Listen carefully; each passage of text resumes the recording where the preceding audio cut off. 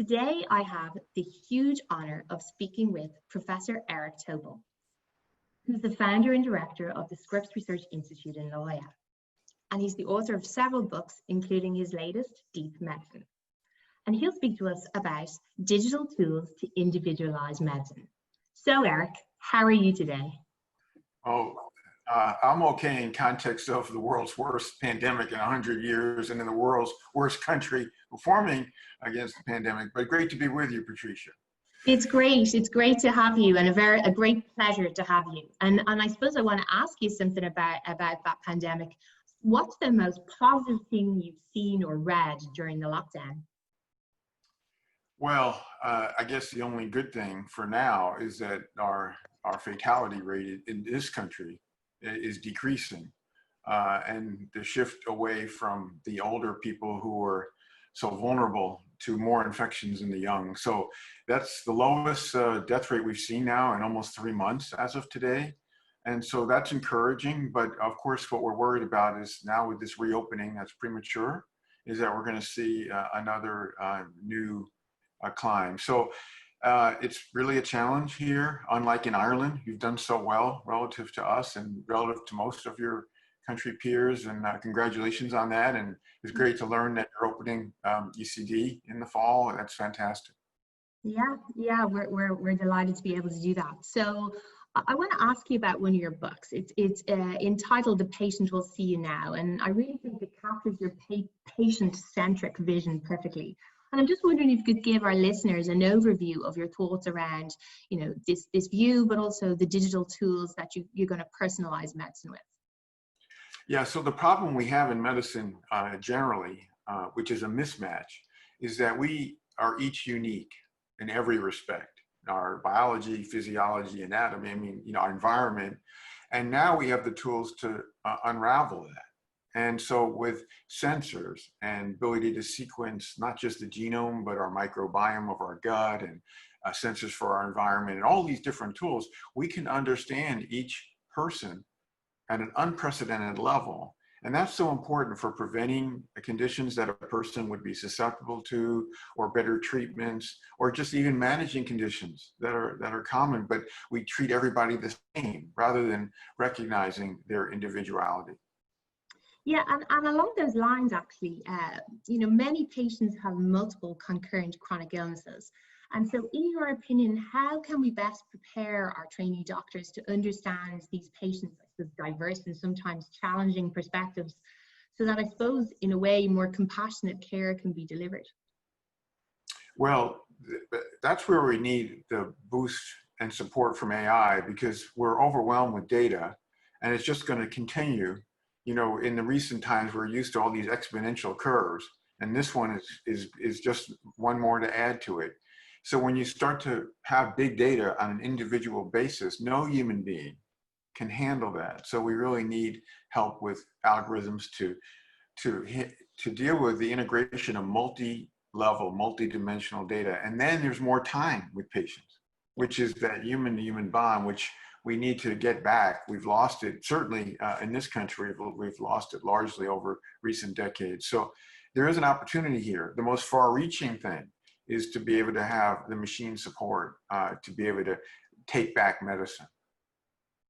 Okay, interesting. It's almost like take back medicine, more emotional intelligence side of it. But I suppose my last question in our first 5 minutes is, before we open it up to the floor, is in comparison to other industries, why has the disruption of healthcare been so slow? Yeah, that's a really good question.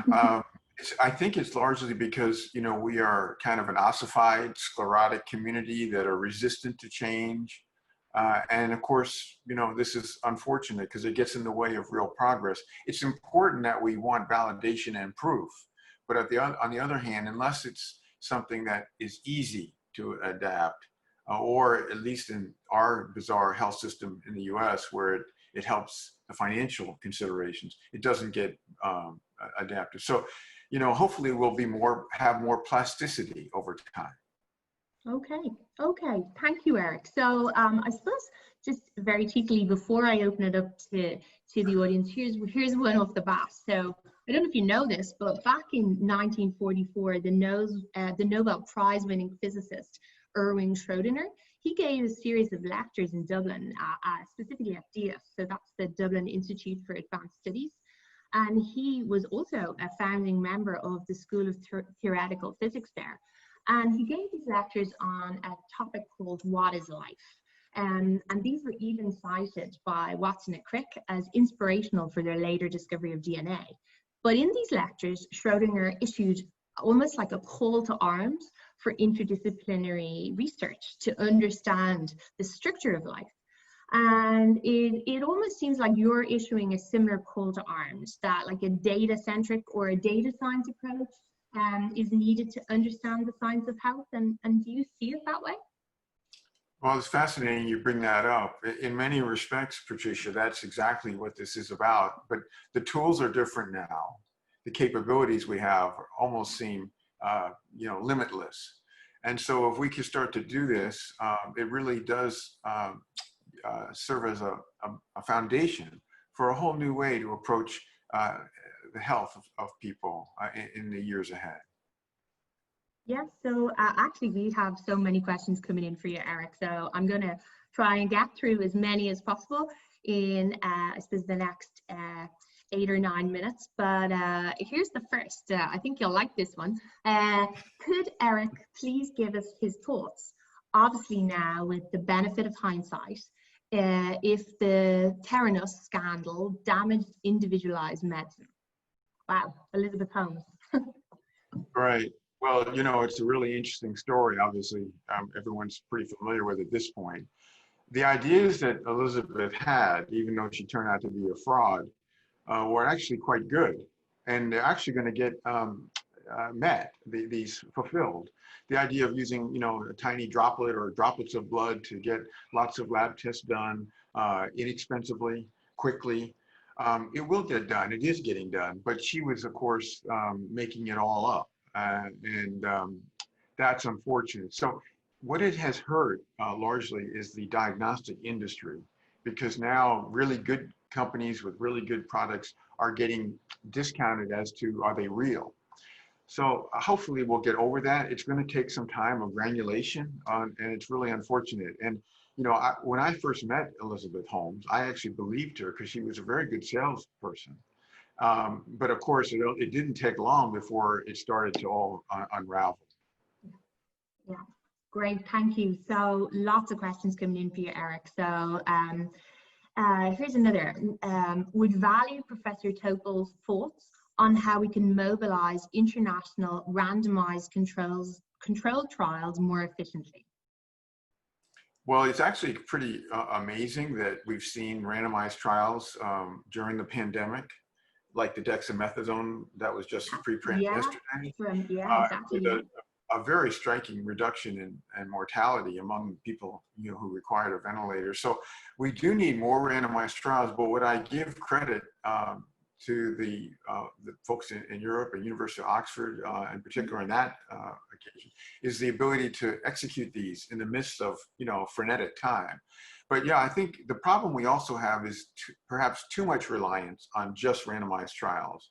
There's other ways, there's orthogonal ways to look at data that will help either provide confirmation or good hypothesis generating things. So we don't want to just be exclusively at the temple of randomized trials. We want to pay homage to them, but they have their warts too. The contrived aspects of who gets into the trials is not necessarily representative of all patients. So what we need is, looking across the board. Yeah, and a kind of non-biased way. Yeah, I completely get you. Okay, so here's another question for you. So you got to bear with me because it's got about 5 lines long. So if a biologist were to try and understand how a laptop works, they would dissolve the laptop in chemicals, stick it in a blender, spin it in a centrifuge, and then look at the amount of carbon versus silicon atoms in the resulting goo. How do life scientists trained in this way have any hope of understanding the complicated interacting systems which cause disease? A modern day scientist needs to understand physics, chemistry, and data computation. how can they have the hope of making progress in understanding health and disease? Is this correct?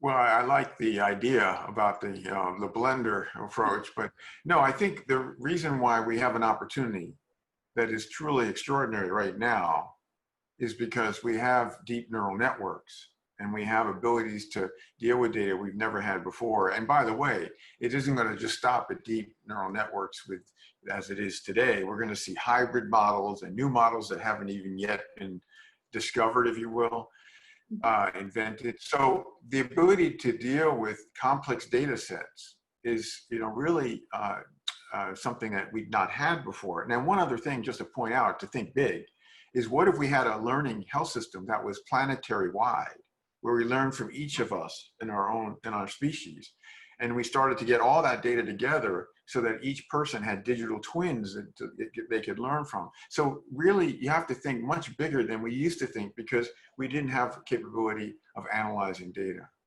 Wow, that's pretty incredible. I hadn't thought about it like that. That's really incredible. And I have a question here, actually, I suppose related to that for you. And it says, I really like your idea of patients having access and control to all their data. But would that raise cybersecurity concerns? How would someone be able to protect all their data if it was on their mobile phone? Well, we've seen a really good example of that in Estonia, kind of the digital capital of the world, much closer to you than here in the US. But they have, each person owns their data and has the privacy protected. There hasn't been a breach, unlike in the US where there's massive breaches all the time.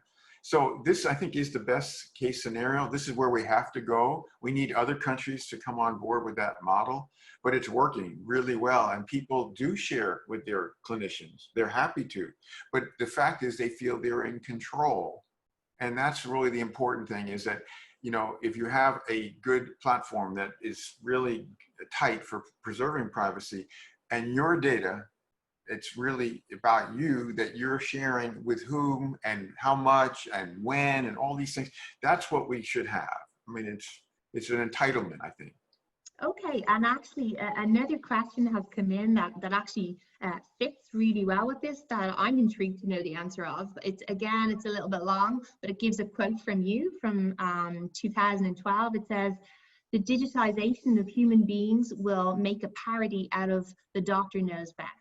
We need partnerships. We need physicians working with and guiding individuals. So that's a quote from you in an interview with The Atlantic in 2012. So someone asked the question based on that. In today's litigious medical world, if physicians are guiding their patients' treatment programs with data input from outside their practice or from the patients themselves, who takes responsibility if something goes wrong? Well, I think we're much too concerned about the medical legal aspects when we know about trust. And that's what overrides all those things. If you have a relationship and you have the empathy and, the whole presence and compassion, the chance of there being medical legal issues is almost zero.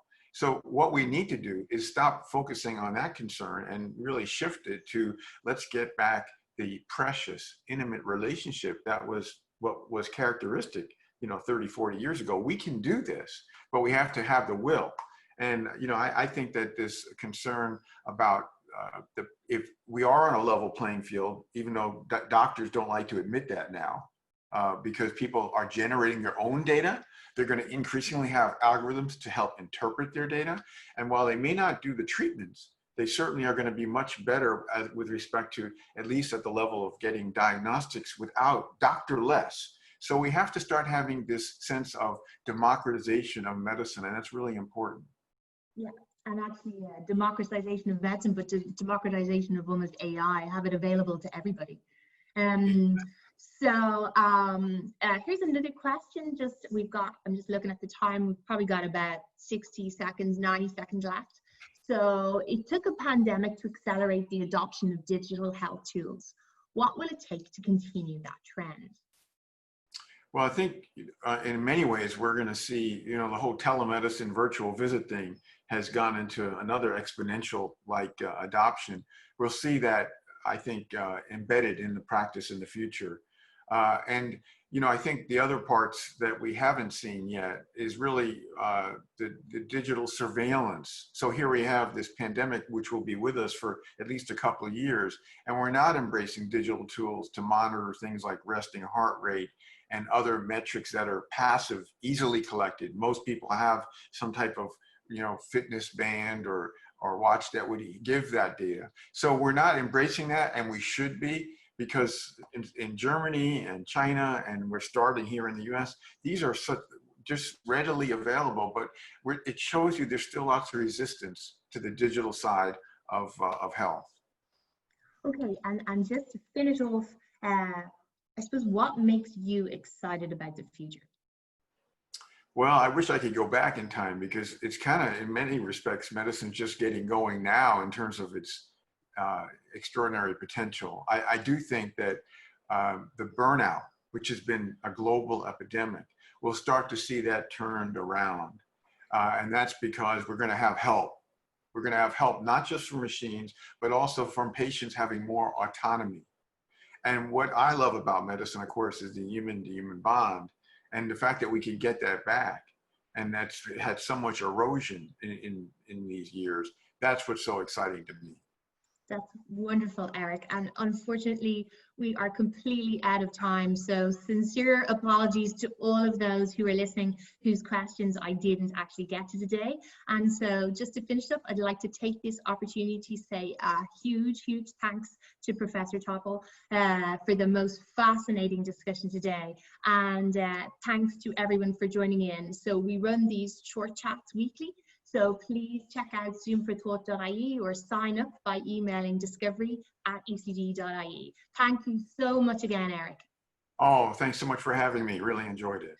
It was an absolute pleasure. Thanks, everyone. Have a great day.